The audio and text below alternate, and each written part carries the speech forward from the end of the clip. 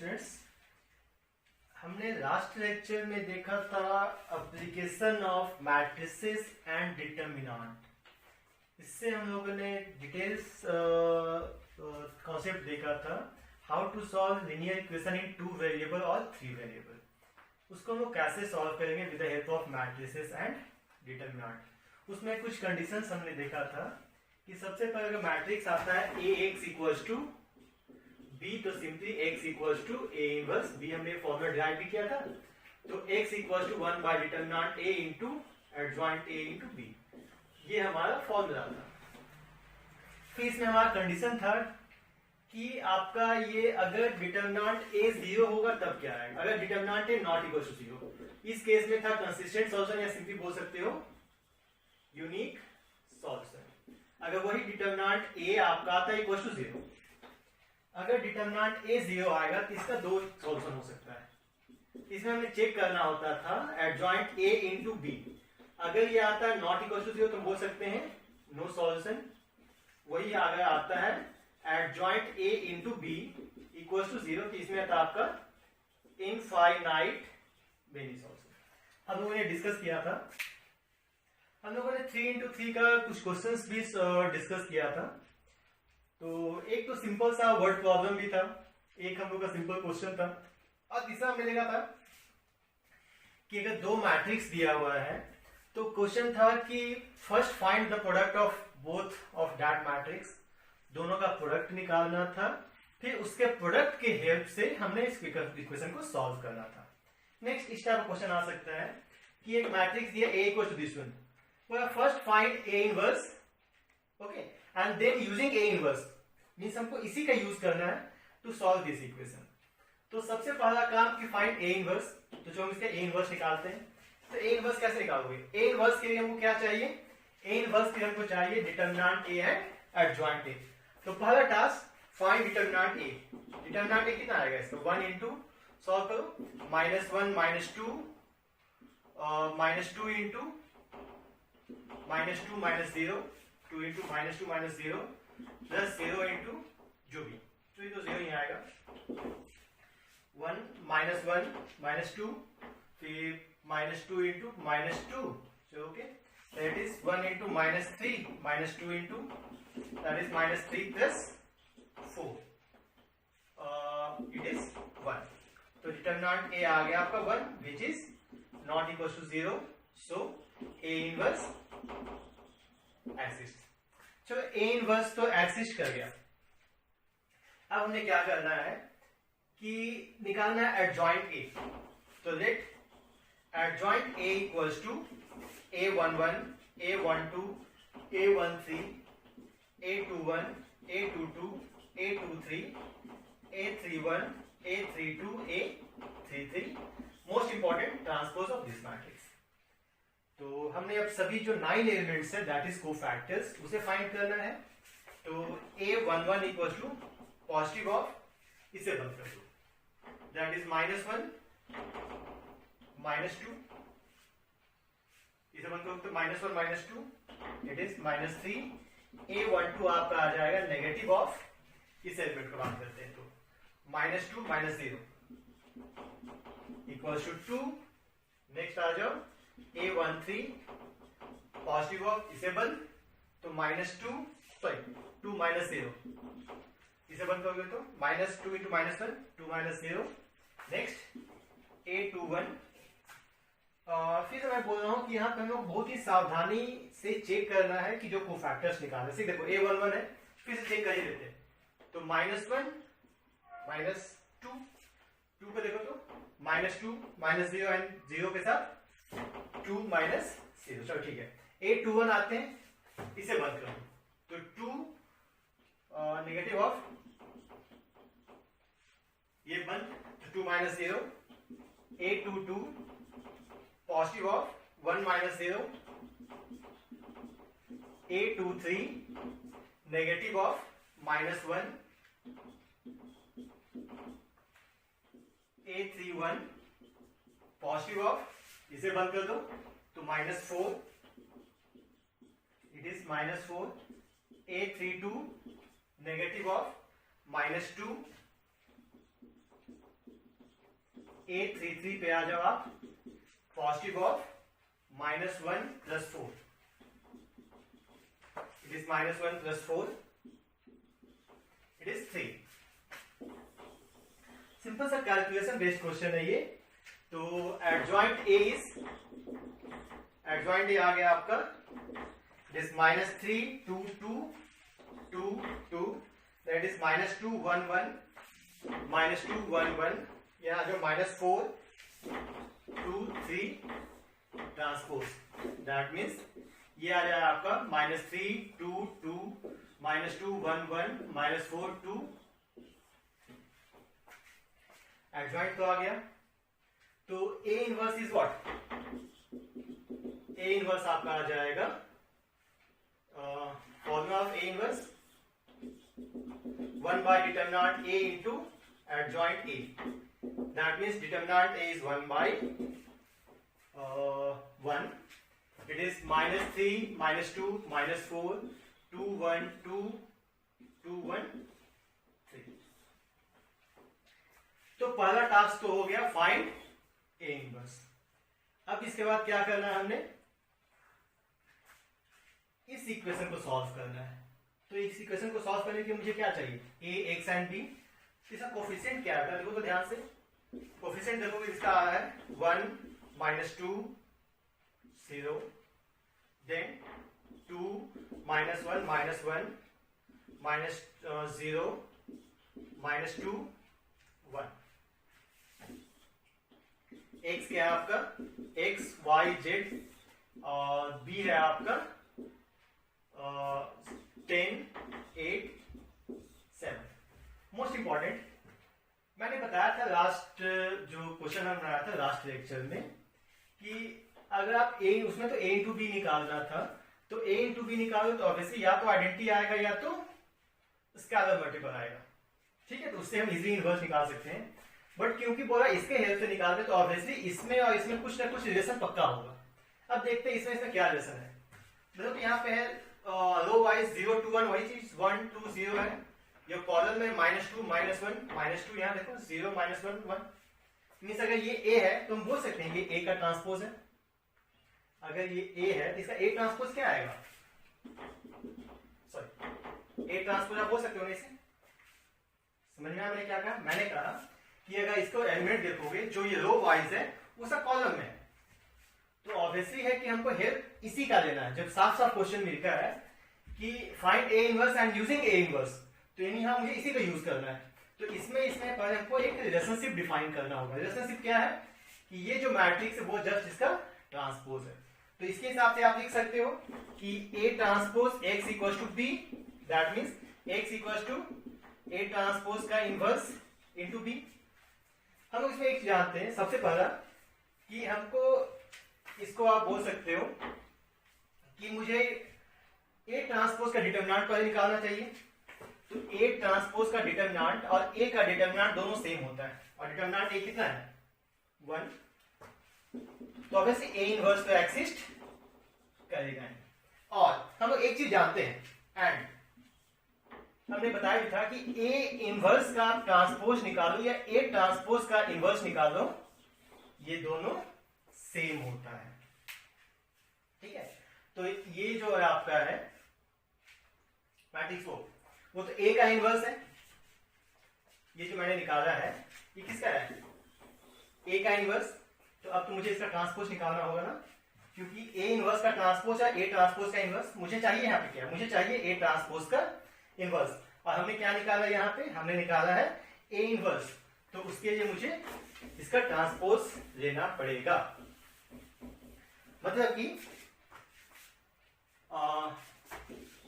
A transpose का inverse कितना हो जाएगा, ये आपका आ जाएगा, ये A इनवर्स का ट्रांसपोज ये आ जाएगा आ गया इसका ट्रांसपोज निकालो। तो -3 -2 -4 2 1 2 and 2 1 3, and now put the values। बहुत सिंपल सा है। तो therefore x equals to A transpose का इनवर्स इक्वल्स इनटू B। तो यहां x आ जाना है, ये मैट्रिक्स, क्योंकि यहाँ पे लिखा है ये तो 1 by 1 है ही, तो -3 2 2 -2 1 1 -4 2 3 एंड b है आपका, कहाँ गया b इज 10 8 7, तो ये आ जाएगा आपका -30 + 16 + 14 देन -20 + 8 + 7 -40 + 16 + 21। देखो -30 + 16 + 14 -20 + 8 + 7 -40 + 16 + 21, it is x।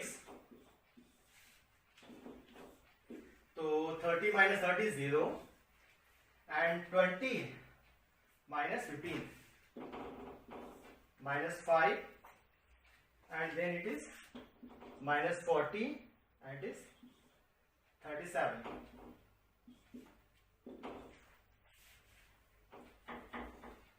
-3, so therefore x equals to 0, y equals to -5 and z equals to -3।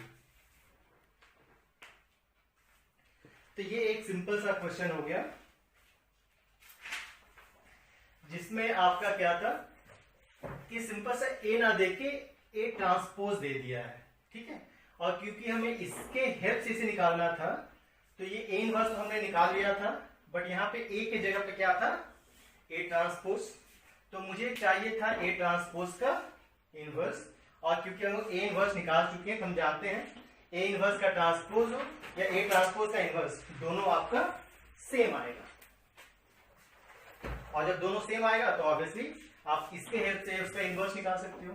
बस हमने उसको वैल्यू सब्स्टिट्यूट कर दिया और फाइंड कर दिया। और याद रखना ये बहुत ही इंपॉर्टेंट और छोटा सा कॉन्सेप्चुअल प्रॉब्लम है, तो इसे आपको थोड़ा ध्यान देना है और इस टाइप का क्वेश्चन आप कोशिश करना सॉल्व करने का। हम लोग इस एक्सरसाइज में एनसीईआरटी का भी क्वेश्चंस बनाएंगे, क्योंकि यहाँ पे अप्रोक्सीमेट सभी क्वेश्चन सेम टाइप के ही हैं, मैं इसलिए ये बहुत ही एक इंपॉर्टेंट था तो इसे मैंने इसे भी सॉल्व कर दिया।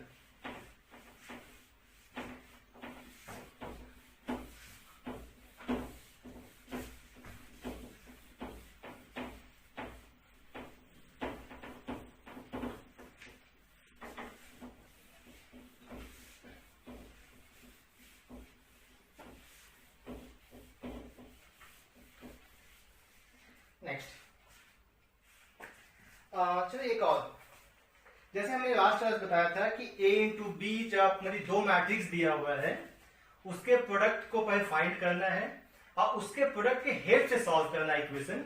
उसी तरह हम एक और क्वेश्चन बनाते हैं, if a equals to it is 1 -1 0 2 3 4 0 1 2 b equals to it is 2 2 -4 -4 2 -4 2 -1 5। Question find AB, find AB and hence solve the system of equation x minus y equals to 3 2x plus 3y plus 4z equals to 17 and y plus 2z equals to 7। देखो इस type का question दिया है ना, इस type का product, ये confirm है कि इस दोनों में से कोई ना कोई मैट्रिक्स इसका कोफिशिएंट होगा है। आप मैच करके देख सकते हो, देखो इसका x1 y -1 z नहीं है, यहां देखो x2 y का 3 z का 4 0 1 2 मींस a और इसका कोफिशिएंट दोनों सेम है। बट जो भी करना है सबसे पहले तो हमें फाइंड करना है a × b। तो देखो a × b कितना आएगा, मैंने बताया था जब भी इस टाइप का मैट्रिक्स का प्रोडक्ट निकालने कहेगा आपको तो इसमें एक खास बात है कि आइदर वो आइडेंटिटी मैट्रिक्स आएगा या स्केलर मैट्रिक्स आएगा।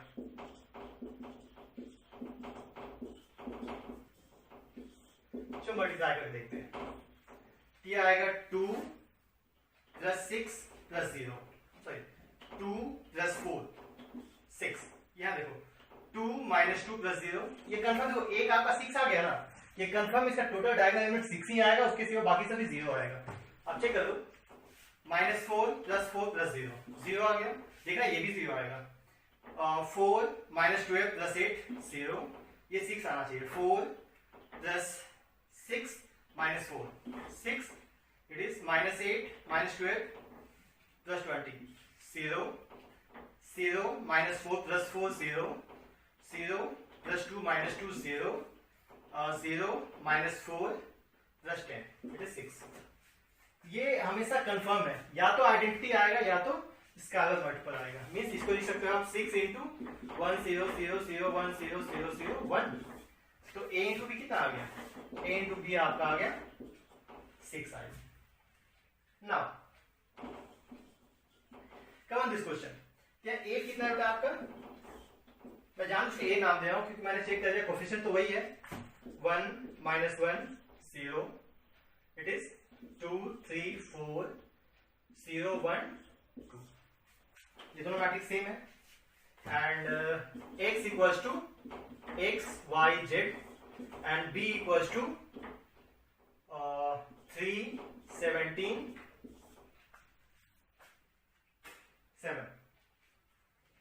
अब मुझे फाइंड करना है, आप बोल सकते हो ax equals to b, that means x equals to a inverse b। तो मुझे निकालना है a इनवर्स, क्योंकि क्वेश्चन में फिर से बोल रहा है कि फाइंड a इंटू बी, और जैसे a इंटू बी मीन्स पक्का है कि इसी के हेल्प से मुझे इसे सॉल्व करना है। तो देखो a इंटू बी कितना आ गया? 6 आई। तो मैं इसे ऐसे लिख सकता हूं a into B by 6 equal to I. तो b बाई 6 ऑब्वियसली मैट्रिक्स है, और जैसे ही दो मैट्रिक्स का प्रोडक्ट a आया तो आप बोल सकते हो कि a inverse equal to 1/6b। a और ये कोई दूसरा मैट्रिक्स है, दोनों का प्रोडक्ट कितना आ गया? i। तो ऑब्वियस है कि ये दोनों एक दूसरे का इनवर्स होगा। तो आपका a इनवर्स आ गया 1/6 इंटू बी। हाँ देखो यहां पे क्योंकि b दिया हुआ था, तो इसे मैं नाम b नहीं देता हूं, इसे नाम मैं देता हूं c, ताकि हमें कंफ्यूजन ना हो। तो a इनवर्स तो आपने फाइंड कर दिया, तो आप बोल सकते हो x equals to in place of a inverse it is 1/6 b into c। तो 1/6 इस 1/6 b क्या है हमारा? b ये मैट्रिक्स है। इस टाइप का क्वेश्चन ज्यादा इजी होता है सॉल्व करने में, बट अधिकतर बच्चे क्या करते हैं कि इसमें भी वो वापस एडजॉइंट निकालने लगते हैं। It is 3 17 7। यहां तक आने के बाद इजी तो आपका a इनवर्स आ जाता है, बट मैक्सिमम बच्चे फिर से वही करेंगे कि यहां सॉल्व करेंगे, फिर से उसके बाद इसका एडजॉइंट निकालने लगते हैं। उसका जरूरत नहीं है, क्योंकि मैं डायरेक्ट जब a इनवर्स निकालने गया तो क्यों हम दोबारा मेहनत करें।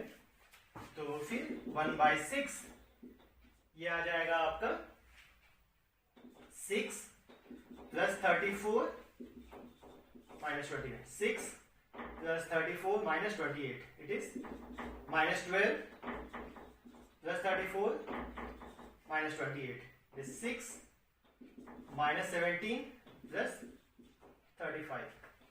तो 1/6, तो ये आ गया 40 minus 28 12, it is 34 minus 40, 34 minus 40 minus 6, it is 41 minus 17, it is 4 24। ये आ गया 2 माइनस 1 4। ये क्या आपका x y z। तो therefore simply x equals to 2, y equals to minus 1, z equals to 4। बहुत ही सिंपल है। तो मैं फिर से बोल रहा हूं कि जब भी आपका स्टेप का है कि यूज a into b या first find a inverse then solve, तो ऑब्वियसली है कि अगर पहले ये निकालने का है तो ऑब्वियसली है कि इसी के हेल्प से आपको सॉल्यूशन निकालना है। अगर पहले a इनवर्स निकालने दिए जैसे मैंने लास्ट क्वेश्चन में पाया, तो ये कंफर्म है कि या तो a होगा या तो a ट्रांसपोज का होगा। ठीक है, तो हेल्प हमने उसी की लेनी है। तो इसमें इस टाइप क्वेश्चन को आप जितना ज्यादा सॉल्व करो उतना ज्यादा आपको कॉन्फिडेंस आएगा और उतना ज्यादा मिस्टेक होने के चांसेस कम होगा। और इसमें खास बात है इस एक्सरसाइज में कि मेनली आपका वर्ड प्रॉब्लम्स ही आता है। मींस अगर मेरे हिसाब से कहा जाए तो 70% चांसेस है मैट्रिसेस में, 70 to 80% कि डायरेक्ट क्वेश्चन के को छोड़ के वो आपका वर्ड प्रॉब्लम दे देगा। फिर कहेगा कि first find the equation and solve. जैसे कि देखो एक क्वेश्चन है एक्सरसाइज 4.6 में, क्वेश्चन नंबर 16। क्योंकि सभी क्वेश्चन अब अप्रोक्सीमेट सेम ही टाइप के हैं तो आप ट्राई कर सकते हो। इसमें क्वेश्चन नंबर 16 है वर्ड प्रॉब्लम। अब वर्ड प्रॉब्लम्स पे आपको बहुत ही ज्यादा कंसंट्रेट करना है और एनसीईआरटी में वर्ड प्रॉब्लम बहुत ही कम है तो इसलिए आपको यही यहाँ साइड बुक का हेल्प तो लेना ही पड़ेगा। जैसे कि देखो एक क्वेश्चन दिया हुआ है, the cost of 4 kg onion, 3 kg wheat and 2 kg rice is 60। आपको find the cost of each. ठीक है, तो answer let cost of 1 kg onion equals to x rupees. Next cost of 1 kg wheat equals to rupees y and cost of 1 kg rice equals to rupees z। तो according question क्या दिया हुआ है, दिया the cost of 4 kg onion that means 4x plus 3 kg wheat 3y plus 2 kg rice 2z equals to rupees 60। Next one is 2 kg onion 2x plus 4 kg wheat plus 6 kg rice equals to 90। Next cost of 6 kg onion 6x plus 2 kg wheat to plus 3 kg rice equals to rupees 70। आपको questions तो पहले आपने लिख दिया but इसको फिर से recheck करो क्या क्या दिया हुआ है। 3 kg onion 3x plus 4 kg onion 3 kg wheat 3y plus 2 kg rice 2z equals to 60। 2 kg onion plus 4 kg wheat 4y plus 6 kg rice. Okay, and last one is 6 kg onion 2 kg wheat and 3 kg rice equals to rupees 70। तो find the cost of each item per kg by matrix में 60, 90 and 70। चलो तो सबसे पहले तो ये equation तो आ गया।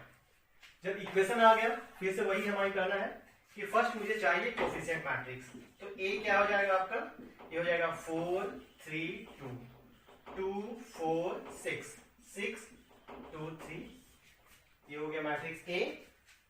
आपका एक्स आ जाएगा, it is x Y Z.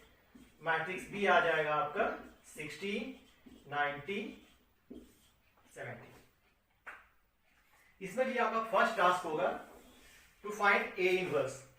और ए इनवर्स के लिए वहीं से आप लिख दो x equals to ax equals to b, therefore x equals to that means x equals to 1 by determinant a adjoint a into b। तो जो भी निकालना सबसे पहला task to find determinant a। तो डिटरमिनेंट a कितना है अपने देखो तुम, इट इज 4। यहां जाना है 12 minus 12 12 minus 12 minus 3 6 minus 36 minus 3 6 minus 36 plus 2 4 minus 24। फिर से चेक करते हैं 4 into 12 minus 12 plus 3 6 minus 36 and 2 4 minus 24। It is 0 minus 3 into minus 30 plus 2 into minus 20. It is 90 minus 40. It is equals to 50, which is not equals to 0. Therefore, A inverse. तो ये तो confirm हो गया कि A inverse इसका exist करता है। अब जब ए इनवर्स आ गया तो नेक्स्ट टास्क फिर से होगा टू फाइंड एडजॉइंट ए। तो चलो एडजॉइंट ए कितना आना है, तो फिर से वही let adjoint A equals to A11 A12 A13 A21 A22 A23 A31 A32 A33 इसका ट्रांसपोज। तो A11 कितना आएगा आपका, हमेशा ये पॉजिटिव नेगेटिव साइन लिखना मत भूलना, ऐसे आप नहीं लिखो तो ऐसा कोई मिस्टेक है नहीं, बट लिखोगे तो आपका जो माइनस प्लस में मिस्टेक होने के चांसेस है वो कम होगा। तो A11 is 12 minus 12, A12 equals to minus of, इसे मतलब तो 6 minus 36, A13 equals to positive of 4 minus 24 minus 20। Next आ जाओ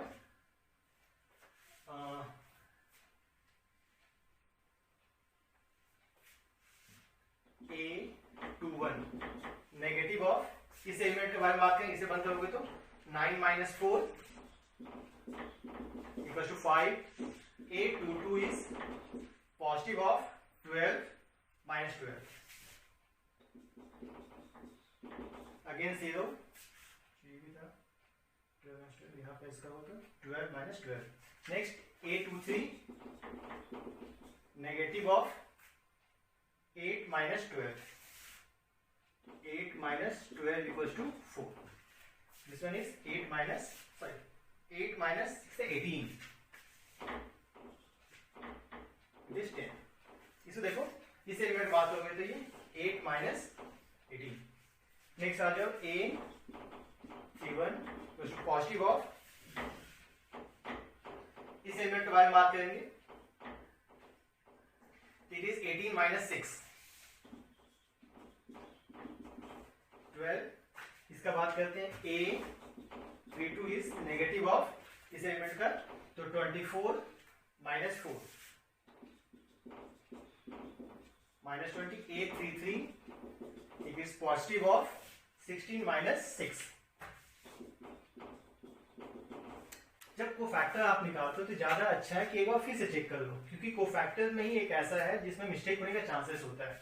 जो 4 के फर्स्ट एलिमेंट के बारे में बात करें तो 12 minus 12 that is 0, इस एलिमेंट के बारे में बात करो ये 1, तो 6 minus 36 तो 30, इस एलिमेंट का बात करेंगे तो 4 minus 24, इसमें इसके तो 9 minus 4 it is 5।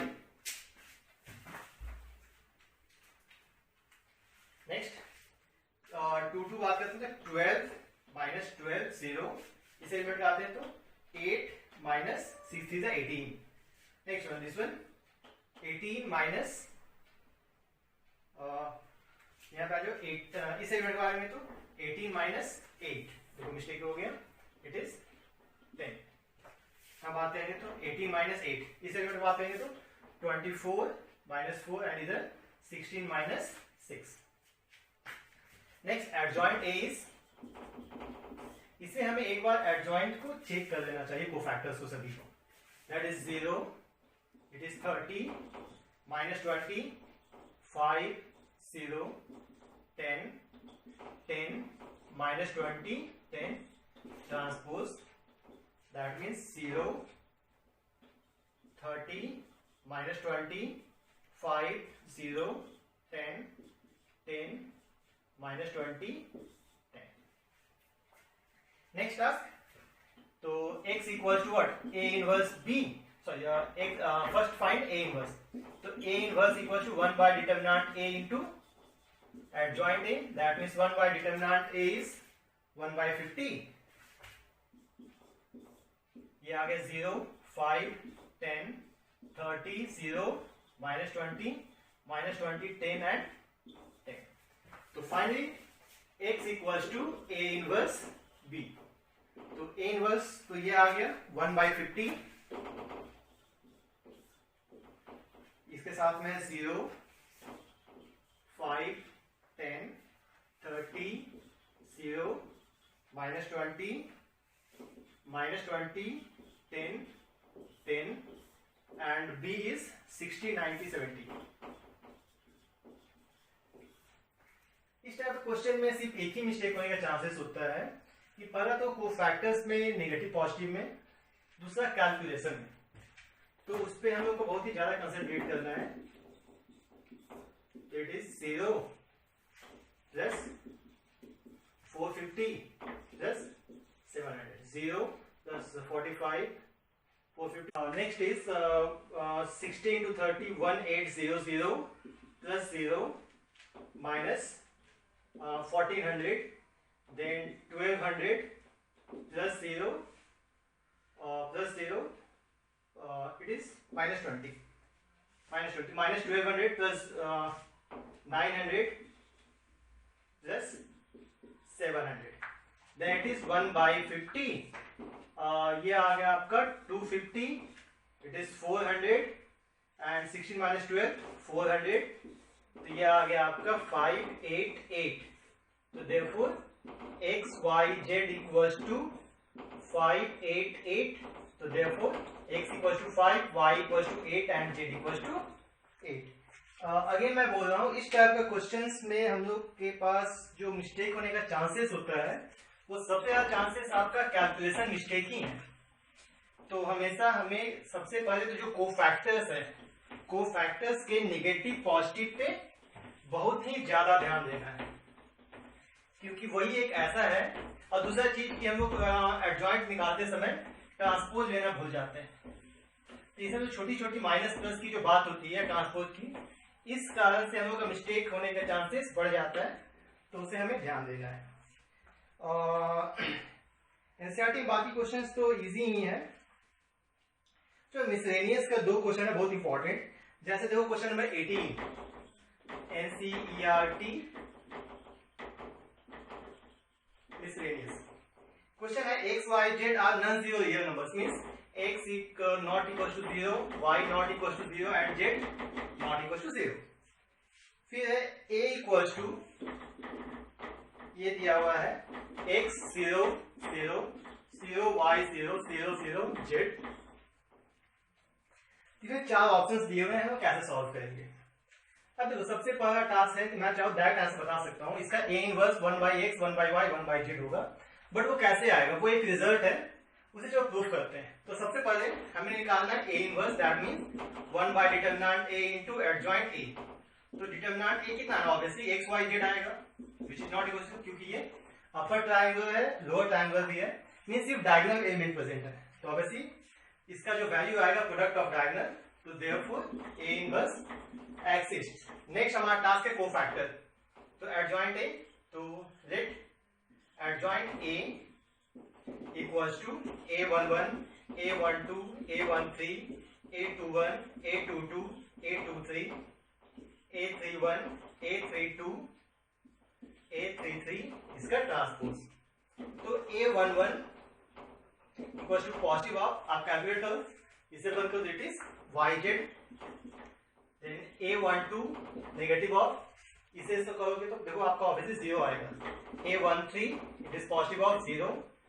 a21 भी देखो आप नेगेटिव ऑफ 0. a22 क्योंकि इसका सिर्फ डायगोनल का ही वैल्यू आएगा. 22 मींस इसे बंद करोगे, इसे बंद करोगे, it is positive of xz.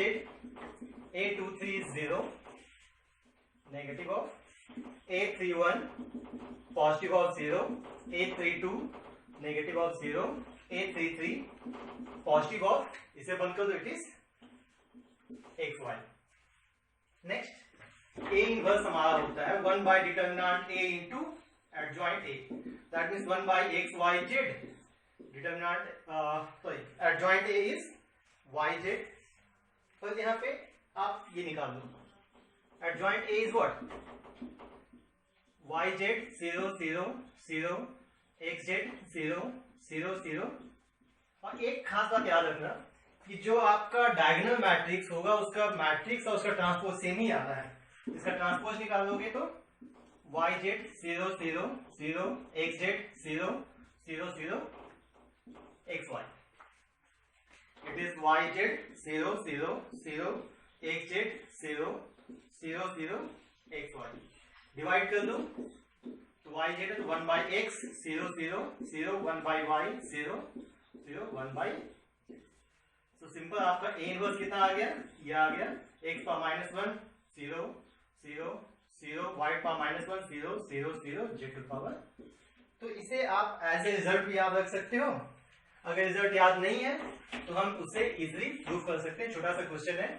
और क्योंकि आपके एग्जाम में लास्ट ईयर से 20 ऑब्जेक्टिव क्वेश्चंस आते हैं तो हमें उस पर बहुत ही ज्यादा कंसंट्रेट करना है।